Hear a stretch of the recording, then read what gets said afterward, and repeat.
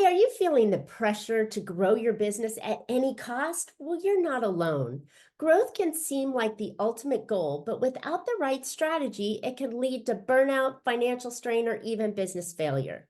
Join us on this episode of Profit with Plan podcast as we dive into the art of sustainable growth with my guest, Heather Udo, who is the visionary behind Shoppable. Discover how you can scale your business smartly, avoid those pitfalls, and thrive in today's business landscape. You don't want to miss Heather on this show.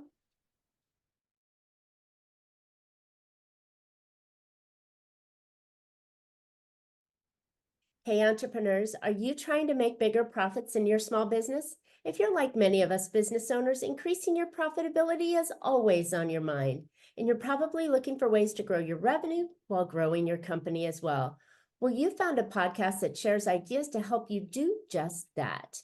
I'm Marcia Reiner, known as the Profit Booster and a business growth strategist. I've helped tons of small business owners to establish and implement a tangible plan that guarantees increased profitability, guides your growth, and plans for your future exit.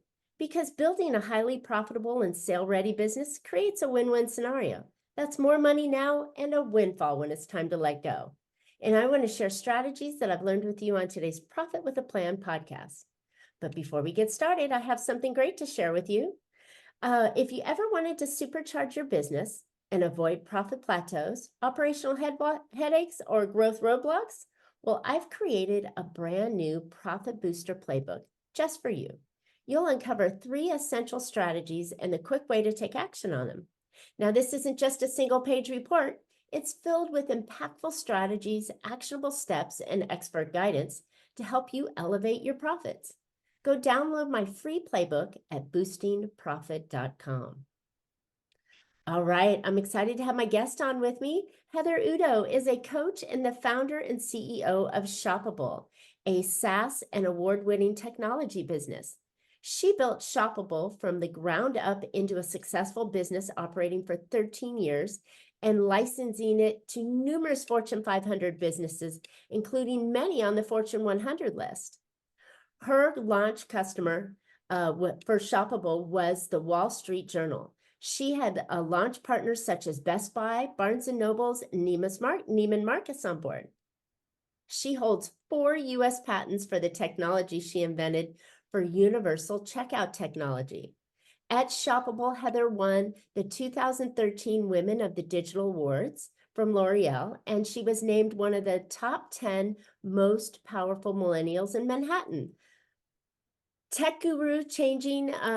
did Tech Gurus Changing the Luxury Game by Refinery 29. Shoppable has been named the 2014 Webby Award honoree for online shopping and the 2016 honoree for technical achievements, and cited one of the most 100 brilliant companies by Entrepreneurial Magazine.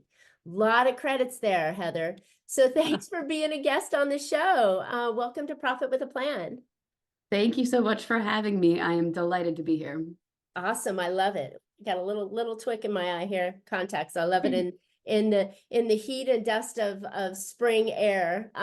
So Heather, you've got some tremendous credentials, and you grew a company with your bootstraps from zero to incredible in just a short power of time. How do you take that knowledge and skills and bring it into your own business consulting that you've developed?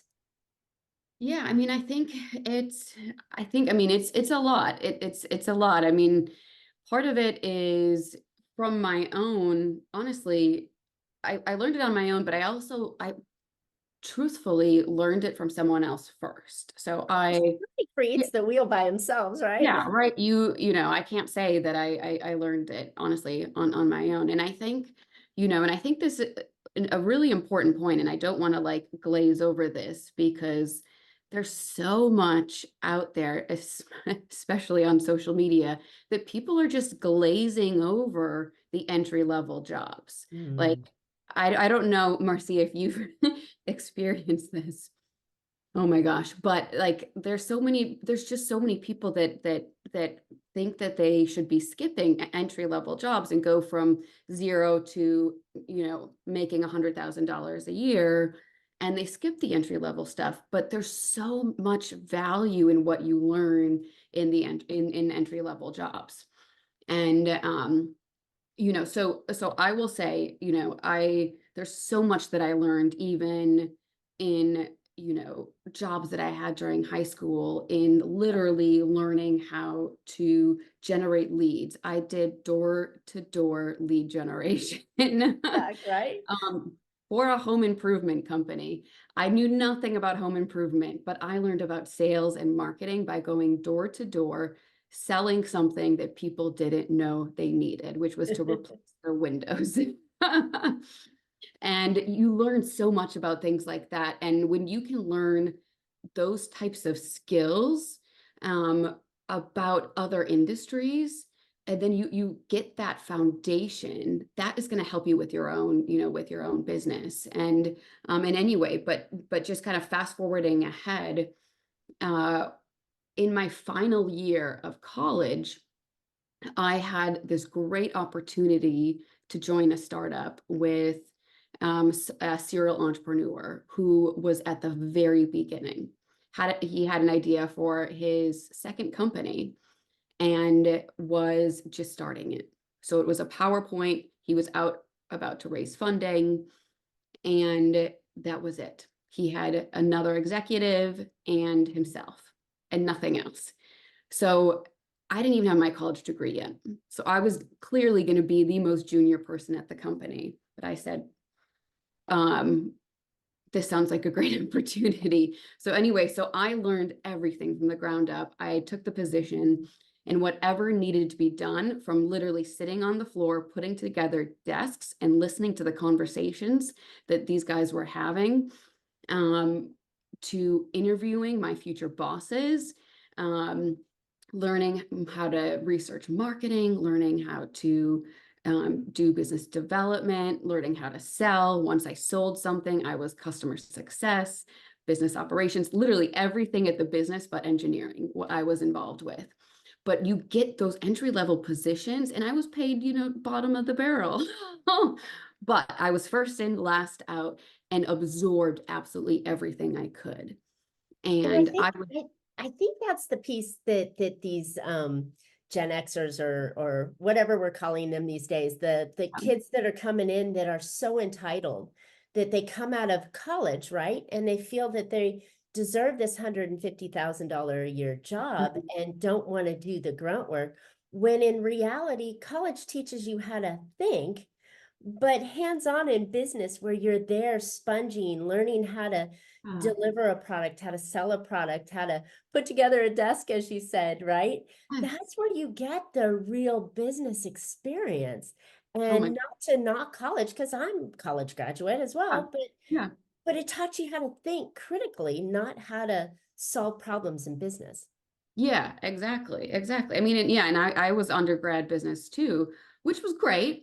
But if had I just done that and then went and started my company, it wasn't enough. It Mm. wasn't enough. Like, and trust me, I'm very confident individual. I thought I had a good amount of information. And part of my question at that point in time in my, you know, journey, I couldn't even really say career because, I was, what are you when you graduate college, 22? Was, do I try to start a company right now? Do I, go the direction of like large corporation, apply Google or something like that? Or do you go to the startup route? And at that point in time, yeah, I was like, let's go the startup route and learn from this serial entrepreneur. He knows what he's doing. And you worst case scenario, if this business doesn't work out, I've learned, What I've not at to least, do. yeah, I've learned what not to do. And and I've learned, had some lessons learned during this experience. And then I go apply at Google or one of these other big companies and move on. And it's been an experience. Love it. So, but yeah, so I don't want to glaze over that piece because I feel like there's just so much content out there right now that misses that point. And I think it's so valuable. And that for me was like just an incredible experience that really gave me that great experience to be able to then say, okay, now I understand what it takes to start a business. I mean, and that was, I think I was there. So it was about 5 years from the day that I started to, I think 4 years in, we exited. We were acquired by another company. And then I stayed 2 years because I wanted to see the post-acquisition integration process. And I'd been promoted several times throughout the process, which was fascinating too, to see the whole like corporate ladder process. So it was very, very fascinating experience. But also from an entrepreneurial journey, and for someone kind of understanding this experience and who wants to do it on their own, when you're growing and building a business, you don't really know what to expect.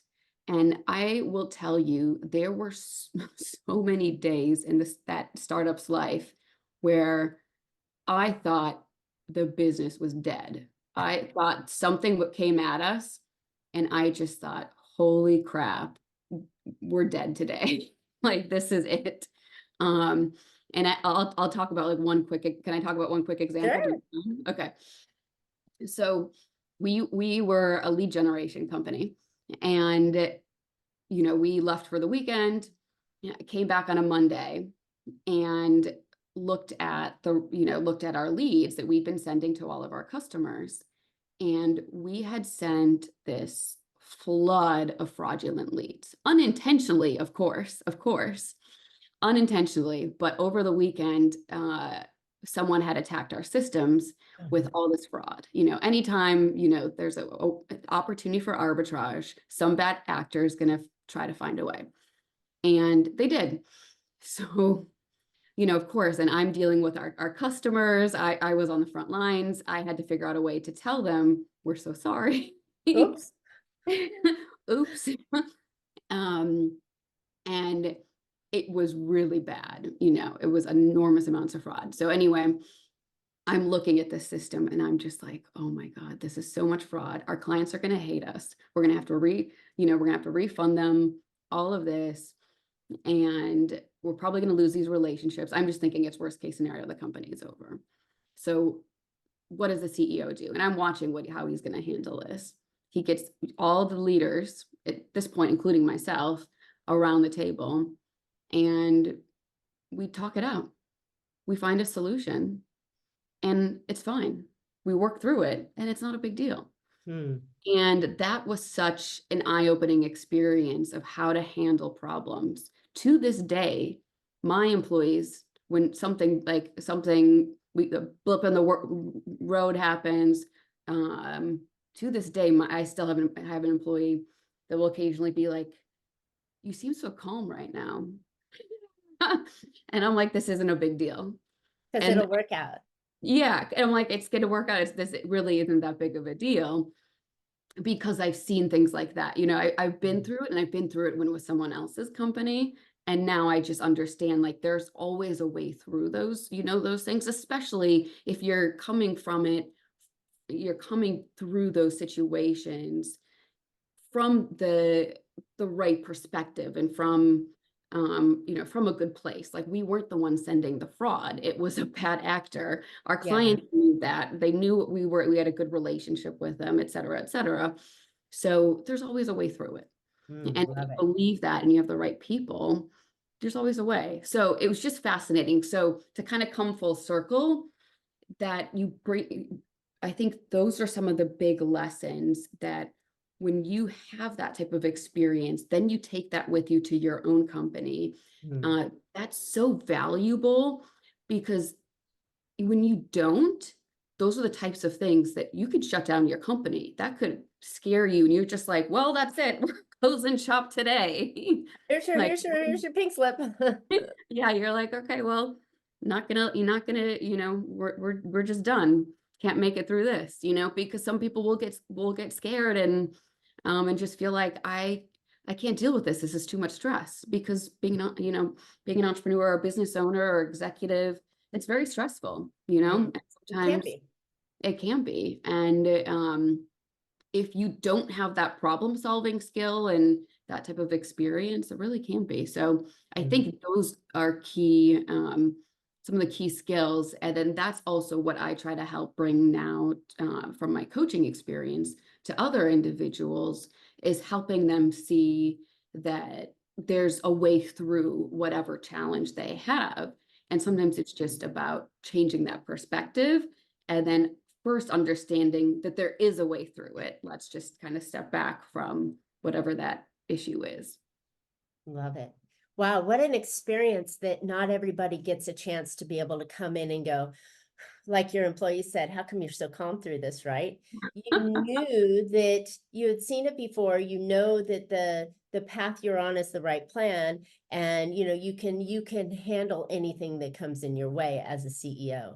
But something that struck me, which that is a great lesson, but something else that struck me that you brought up in your story and your history was that you learned everything by doing the grunt work, right? By doing those foundational jobs for 5 years and trying to do it before you started your company. If we could kind of flip that a little bit and take some of those lessons that you learned, maybe you can share with them for those people that don't have 5 years to wait, that are already in their business is growing, Yeah. and what they could do to maybe borrow your experiences in ways that they can handle and grow their business. Yeah. So I think if it depends on a lot of things, of course, but I mean, one of the pieces, of course, is, and I'm sure you'd say that the same thing is, if you don't have that type of experience, one of the pieces is make sure that you have the right people around you, right? Of Mhm. course, is, if you're, you need to understand who are the right, what are the right positions, and who are the right people that you need on your team. And sometimes it's not always who you think. So Right. one thing that I've learned to do is, before you hire a new position, and this is depending on the size of your company. So if you're running a larger company, this is not going to work as well. So this is kind of a tool for a smaller company. But before you hire a new position, whoever is going to be closest to that position, have them or the team that is working, that would likely be hiring that position, do an audit, essentially, and then open up a Word doc. And every time there is something that needs to be done that you think that person would be doing, write it down on that Word doc and do it for a week or as long as it would take.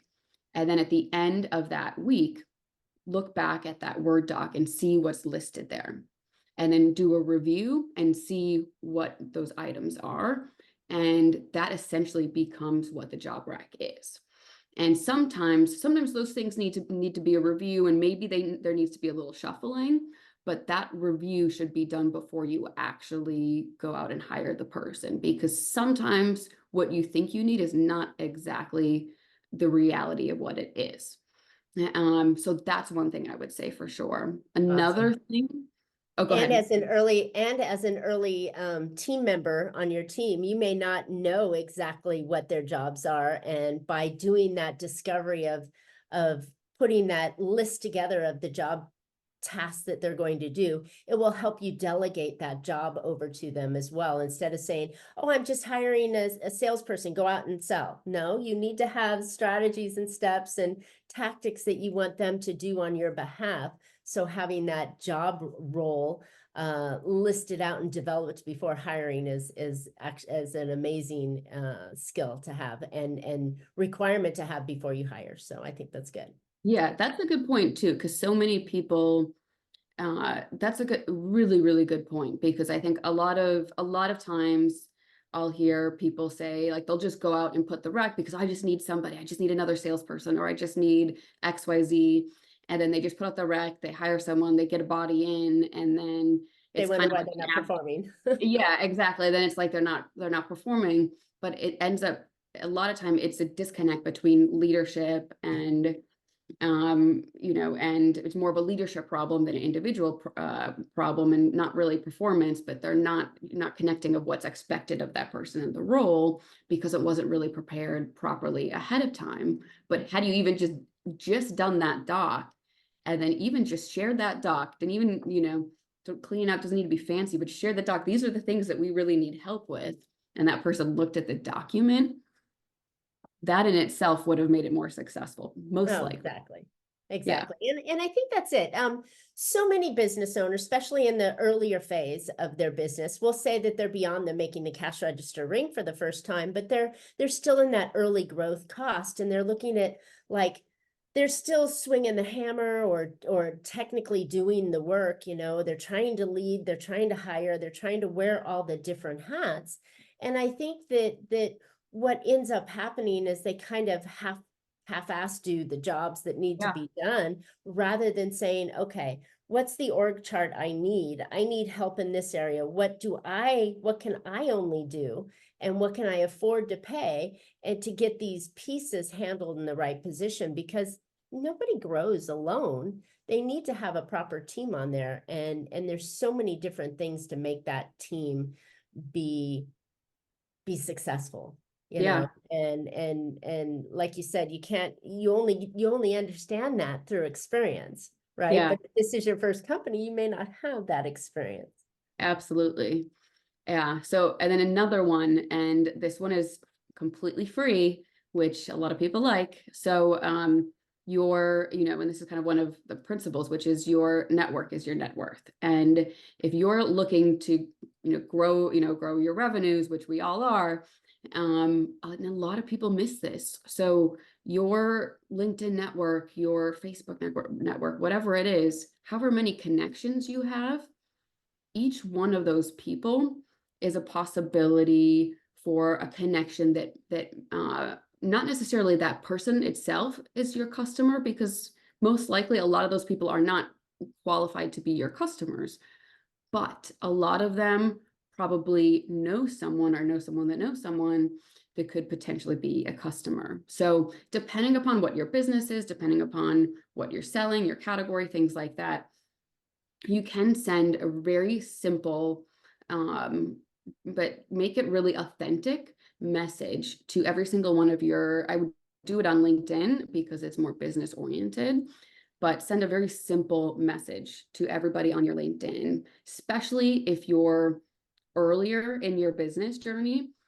Send a very authentic message to each one, and with a simple request for help, or notification saying, I launched a business last year or 2 years ago. Would you mind doing me a favor? And you could ask for if they know anyone that, XYZ that needs XYZ services or blah, blah, blah. It would mean a help. And then I would say, I'll owe you one, and these are all people that are in your network, and you'll be surprised at the response rate you'll get, but these are warm leads already for you. And because they're in your network, they want to help you. They want to. And every time someone I know or have coached and worked with does this, the response rate is through the roof, and they're shocked, like, all these people are responding and they want to help. They want to help you, but it's You funny don't know because, like, how. You haven't yeah, asked. yeah, like you haven't asked. And like, but we often just don't think to do that. Or you think because maybe we did like one post, like, just general post to our You audience on don't want to sound LinkedIn. salesy. Yeah. Yeah, we don't want to sound salesy, or we did a post and like we assume everybody sees it, but that's just like LinkedIn doesn't show it to everybody, and it's just most people aren't on every day and Mhm. things like that. But most people want to help, and so if you send a one-to-one message and ask for help, they will. And if we want to be good networkers, and you say, I'll owe you one, or let me know how I can help you, most people will again want to help. And when they do reach out to you later, and if they do, just make sure you respond and you help them too. I love it. So I love that it. helps a lot too. Oh, right. And that's an easy place. And I love that you said it's free. It's just your Free. time. And if you have 500 contacts or 5,000 contacts, you just start chipping away at that list one-on-one until you get through it. But that's something you can also do, at night with the laptop on your lap while you're watching your favorite show or relaxing for the evening and sending out 10 messages every day. You'll eventually chip apart at that. But I love the concept of hey, everybody wants to help, right? They just Yeah. need to know what you're looking for. And if you make that request to them with a, hey, how can I help you? Yeah. As a reciprocal, you're going to get much more guidance or much more support back from them. So that's a great idea to get things going. So I love how we're doing this. We're coming up with sharing valuable tips that the audience, the business owners that are listening to this will go, hey, I didn't think about this, because they are foundational. And instead of chasing sexy AI tactics and things, they're, go back to the basics and build yourself a foundation that grows with you, right? Because growth on a wobbly foundation will make that house or the tower wobble really far, right? So Right. having that foundation built strong is a great idea. So what's the third tip that we can do? Let's see.